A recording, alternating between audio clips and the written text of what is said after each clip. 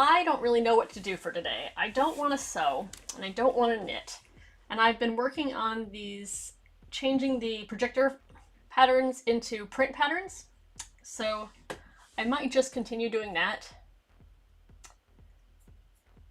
My bit rate's pretty low because I think that my husband is in a meeting right now too, so we're sharing bandwidth, so that's always fun.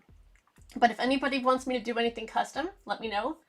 I do want to do some art, not just the patterns, but since I'm working on the patterns and since not very many people are on today, I can just work on this in the meantime. But if you have any illustration or graphics or fan art or anything that you want me to do, just let me know. I would love to pull out my little tablet and play around with that a little bit. So what I've been doing the past yesterday and today is taking my projector files, which we did last time in Illustrator, and changing them to the layout that I want for them to be for print. So for print, we've got them sectioned out in, I think on this one I have it in 7" by 10" so that they'll print on anybody's printer settings, because you know that'll easily fit into 8.5 by 11. I can do it closer to that, but I think a 6 grid works really nice kind of universally. For the ones that are smaller, I could probably do them as 2 across and then 2 vertical like I was doing before, but I'm trying to make it a little more consistent. So I'm trying to do everything larger than a small in 6 pieces, and then we're going to do a separate sort of graph with guides and cutting lines and stuff for the smaller ones. So I have these already sewn. I have these already mocked up. They're not segmented yet, they're just lines. And the way that I segment them is probably a little different than other people. But I just sort of save them as a big flattened PDF, and then I import them into Photoshop, and then I just cut them into pieces and save them as the individual files, as individual PDFs, and then I package all those PDFs together and adjust their page order and all that to match with the page numbers on these. I am thinking about whether or not I want to put any text guides, like whether or not I want to say, elastic casing line or turning hole or things like that, but I haven't decided yet. So again, I'm not really sure what I want to do for today. The way that I do them is I take, whatever I've made for the others. So the biggest one I think is the round wing, maybe the fitted. Yeah, the fitted. So then I just select the whole thing like it's selected right now, and I copy it, and then I take it into the one that I'm working on. So in this case, I think that I am on the long wing. Yep. And I add a new layer for it, and then I paste it into it. And then I just kind of find the best placement. The grid's not going to be there when I'm done, so it doesn't have to be exactly lined up with it. It sort of becomes its own thing.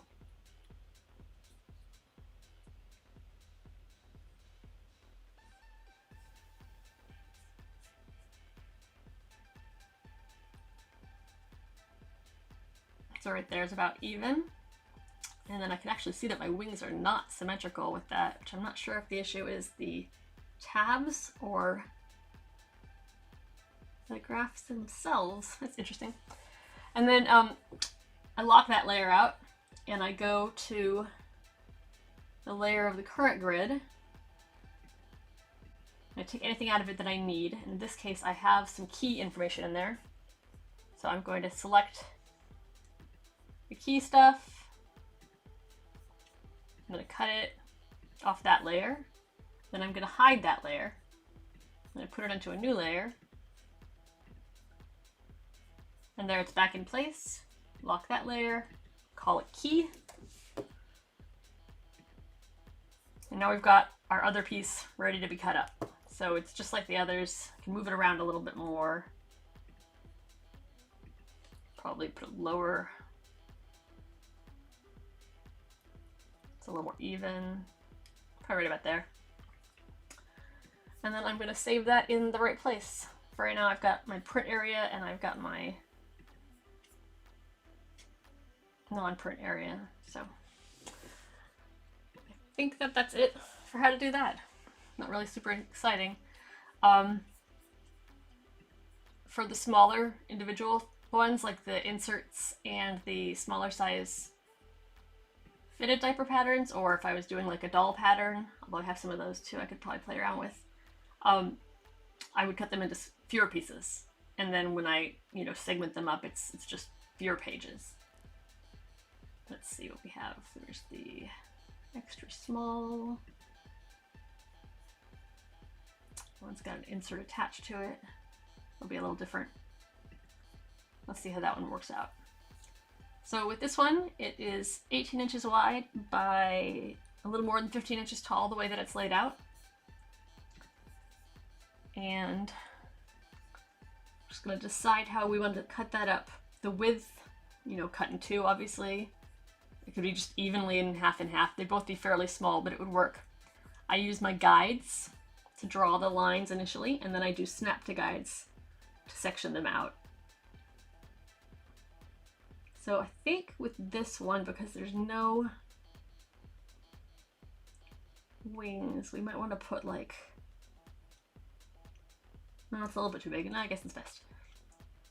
So for this, we could even do something as simple as having the fitted divided in half, and then, or at least close to in half.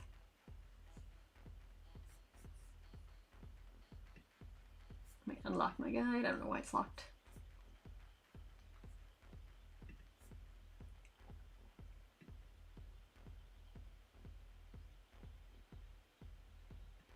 So I've got my guide unlocked, and I'm going to probably just do another one over here and cut it a little shorter in, and then do a vertical one, or I guess horizontal, depending on how you're deciding what's horizontal and what's vertical. Right about there. So now it's sectioned, and we can see what's in the grid. In my grid again, I have my key information. I don't know why I put it there. I'm going to select it.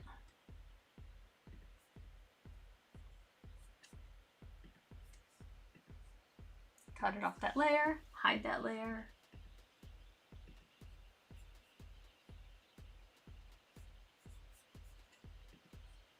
Put a new layer.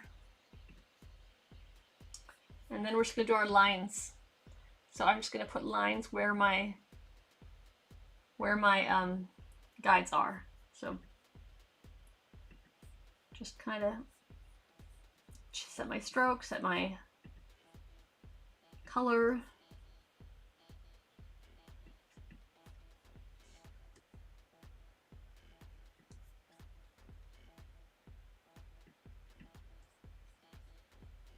Approximate. Doesn't even have to be that long.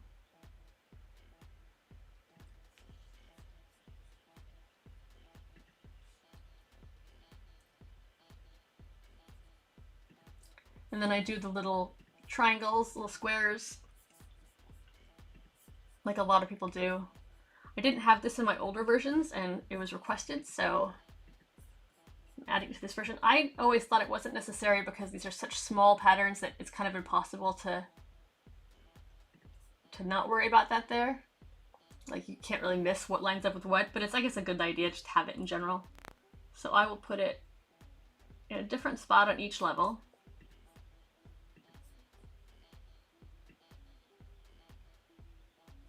I like putting it up in the seam allowance on the top. I think it looks pretty cute there. And then one down here. I think we'll do this one up close to the top here.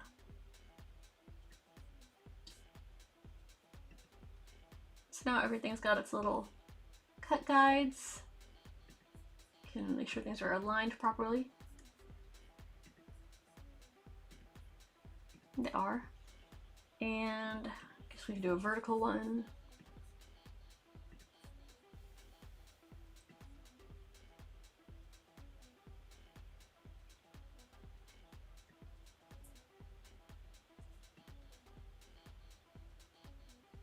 Now we've got all our little alignment spots, and then we just have to cut it up. Let me hide my guides. and change the colors of my lines.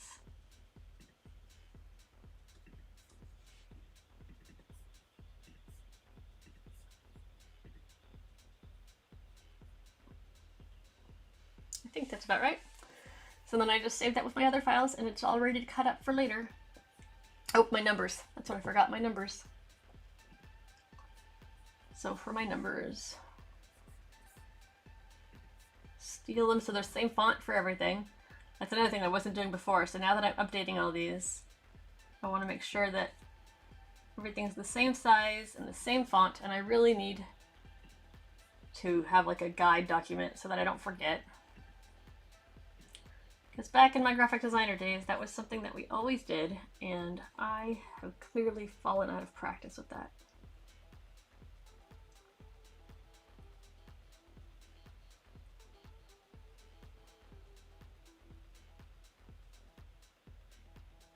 So I think that that's good. We'll move this one over a little bit.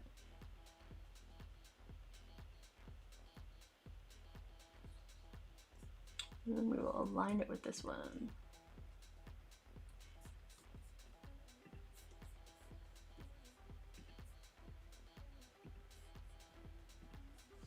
There we go. Everything's aligned, everything's numbered, everything matches in color and font.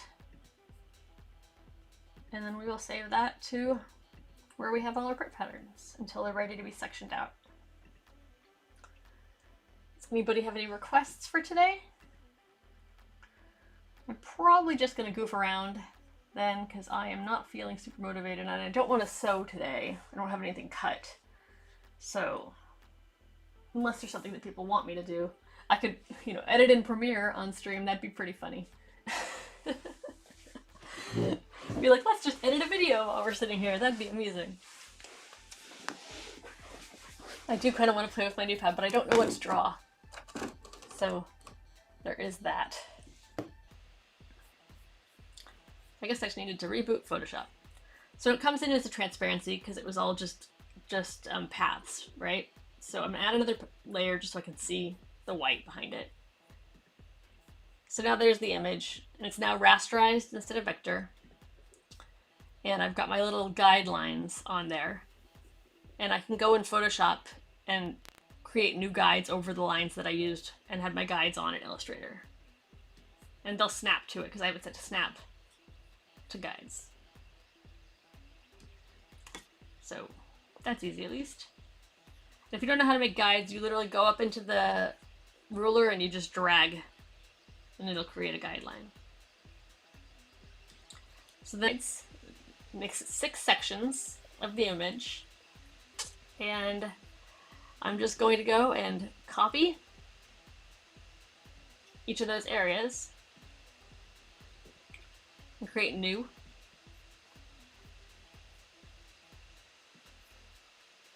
And paste. And do that for each one of those. And then I just make my canvas size the appropriate canvas size for, you know, whatever I would be working with. So with this one, I'm going to do 10 by 7.5.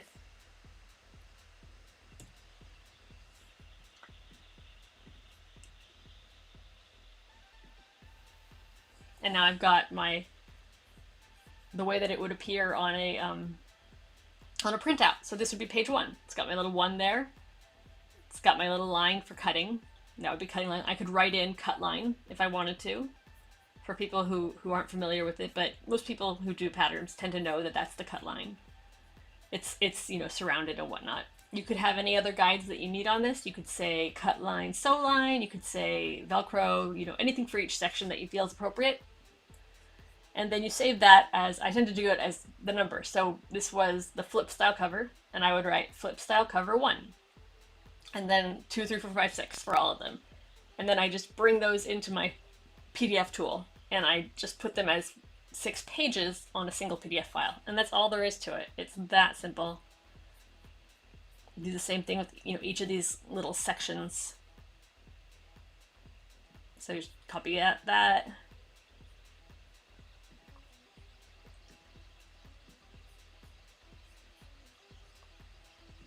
I'm sure there's a tool that does it faster. I'm sure there's a way that you can just segment it out. Since I'm self-taught, I don't know. But you know, this doesn't take that long. It would be probably a lot faster if I had like an actual pattern making tool that sectioned it out for me and stuff. But this works just fine. And that's all there is to it. So yeah, after this, I'll be able to start putting up the new print patterns, and hopefully they'll be easier for people to follow. If people who are using my patterns want me to put more guide like info, like if you want me to write like this is the elastic casing seam, or you want me to add in top stitching lines, or you know, a guide that shows that gray snaps are facing away from and white snaps are facing to, let me know. I feel like, you know, if you see enough of them, it kind of becomes obvious, but I don't want to say that when people haven't done it before and then it's not obvious. I don't want to write up a full pattern instruction lesson on each one of these. I was considering adding a single page sort of as a cover page to each of the patterns that kind of give the general, you know, the general guides like that to them, just because then it would just be the same thing each time. But also, if you're going to my website to download my patterns anyway, you're going to see the instructions. So I'm not really sure how much I want to include, and that's kind of where I'm at a standstill on this. I wrote that on my Discord earlier. Like, I'm not sure if I should add an individual like cover page to each PDF pattern for, you know, for print templates, or if I should just be assuming that it's going to just be a print template and stand alone by itself. Because I see a lot of people, they do their cut templates and they just keep them in a drawer or in a box or something, and then it's like, well, in that case, you wouldn't need all that extra cover page information. But if you're new to sewing or new to, you know, making diapers, then you might need that, and I'm not really sure. Since I've never really used patterns, I don't really know what people expect from a pattern. So let me know. As soon as I know exactly how I want to put these out, then I'll start updating the ones on the blog. I can update them like this for now and then just put a new version of the files up later. So yeah, let me know what's interesting to you, and I'll try to make, you know, try to do my best to make them in a way that is helpful for everybody. If you have anything that you want me to make besides this kind of stuff, let me know. And if you want me to collab on something, let me know. I also had a request for a reversible dress romper on my Discord, and I'll get working on that next week. But yeah, for now, I think that's all I really have to go through. I wanted to just kind of doink around today.